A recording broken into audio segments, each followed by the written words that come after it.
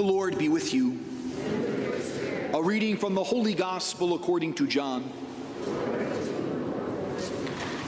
When Judas had left them, Jesus said, "Now is the Son of Man glorified, and God is glorified in him. If God is glorified in him, God will also glorify him in himself, and God will glorify him at once. My children, I will be with you only a little while longer. I give you a new commandment. Love one another. As I have loved you, so you also should love one another. This is how all will know that you are my disciples, if you have love for one another." The Gospel of the Lord. My dear brothers and sisters, it is difficult for me not to get choked up when I hear the second reading. And despite Barb's beautiful proclamation of it, I'd like to read again some of that powerful text from the book of Revelation. "He will wipe every tear from their eyes, and there shall be no more death or mourning, wailing or pain, for the old order has passed away. The one who sat on the throne said, 'Behold, I make all things new.'" My dear brothers and sisters, there are many who view the book of Revelation as primarily a kind of roadmap for how it's all going to end. People have all kinds of crazy theories about black helicopters and anti-popes, and about what it's going to look like, and how the book of Revelation shows us about the 3 days of darkness or whatever it is. I don't even know. But the fact is, that's not really the principal point of the book.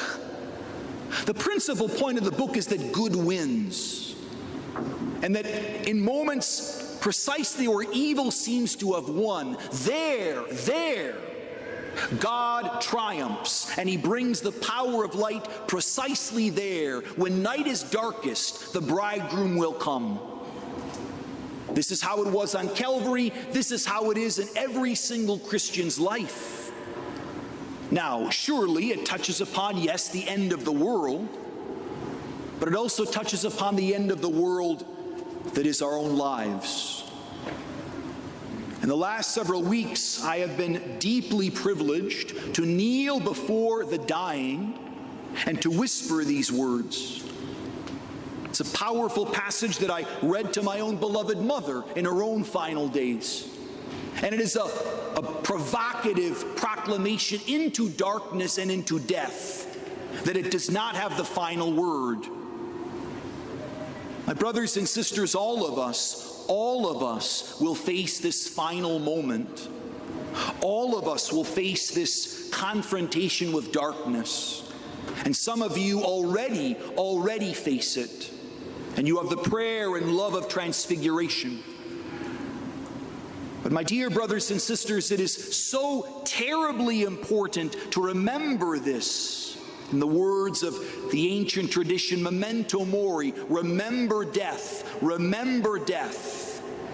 so that we might take our life seriously and live it well. I have yet to hear anyone in their deathbed say, "Gosh, I wish I would have worked more." I have yet to hear anybody say, "Boy, I wish I would have spent more time with the guys and watching football." Hasn't happened yet. Maybe I'm going to the wrong hospitals, but I haven't heard it yet. What I do hear is, "I wish I would have told my family that I love them." What I do hear is, "I wish my kids knew how important they are to me. I wish my mom knew how important she was to me, and I wish I didn't make so many mistakes as a child. I wish I would have been there for my parents."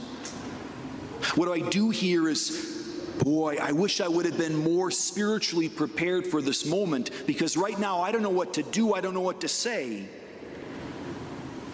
My dear brothers and sisters, I urge us all to strive to prepare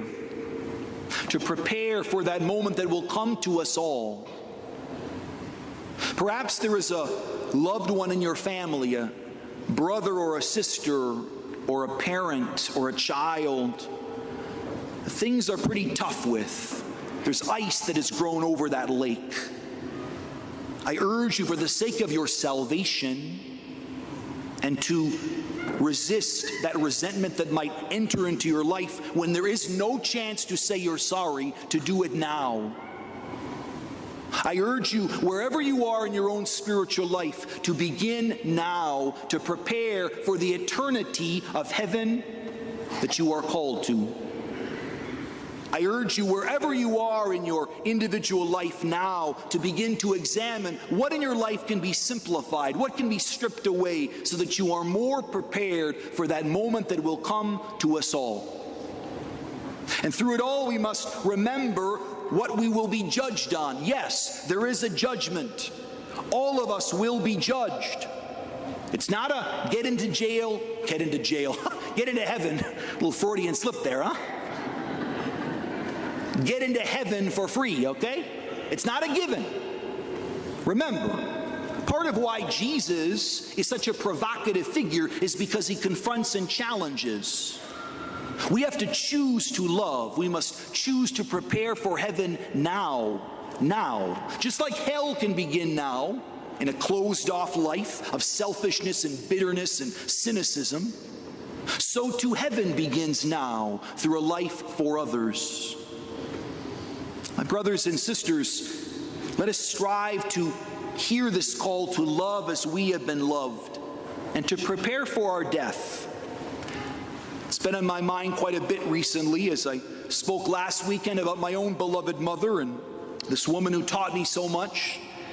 It's been on my mind as I visited the beautiful, wonderful Bev Spencer, longtime member of Transfiguration, as she prepares to pass over. It's been on my mind as I've met with the wonderful Patricia Conway family and the big, beautiful, wonderful East Side Irish family that they've got.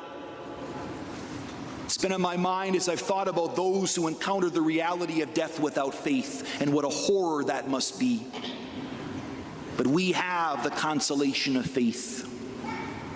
Let us pray for the grace to be ready, and let us take practical steps to be ready now, so that when our time comes, whether it's this afternoon, whether it's next week, whether it's 10 years from now, we will be ready.